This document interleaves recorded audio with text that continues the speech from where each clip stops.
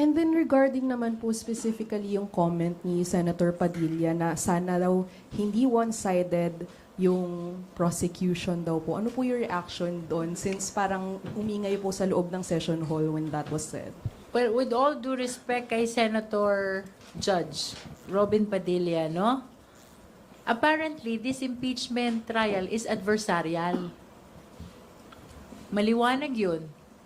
Kaya merong prosecution is to establish the case.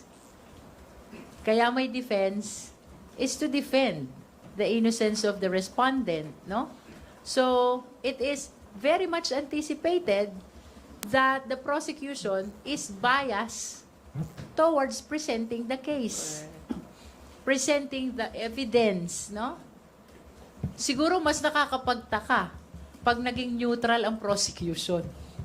At lalong nakakapagtaka kung i-defend namin yung respondent, no? So, I think Kong Jinky is very diplomatic in her answer. Kasi ako, maginoo pero medyo bastos tayo. No? But I've always said that sometimes the Senate impeachment hearings are in black and white. And we're very appreciative that Senator Robin always brings color and surprise and excitement. It's as if, especially if it's the last one to manifest, nagigising po kaming lahat. Kanina talaga nagigising kaming lahat. At pinagalitan pa kami sa front row. So may I use this opportunity to apologize to Senator Judge Robin. There was no intent to disrespect him.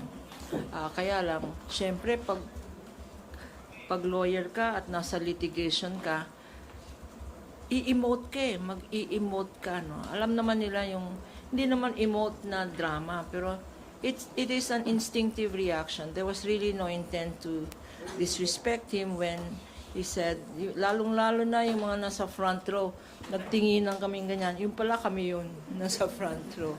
So, Senator Robin, sabi mo, kaibigan tayo, forgive na lang. Hindi na kami uulit dyan. Pero, the prosecution really is for the prosecution. And the defense is for the defense. Hindi ba? Ganon.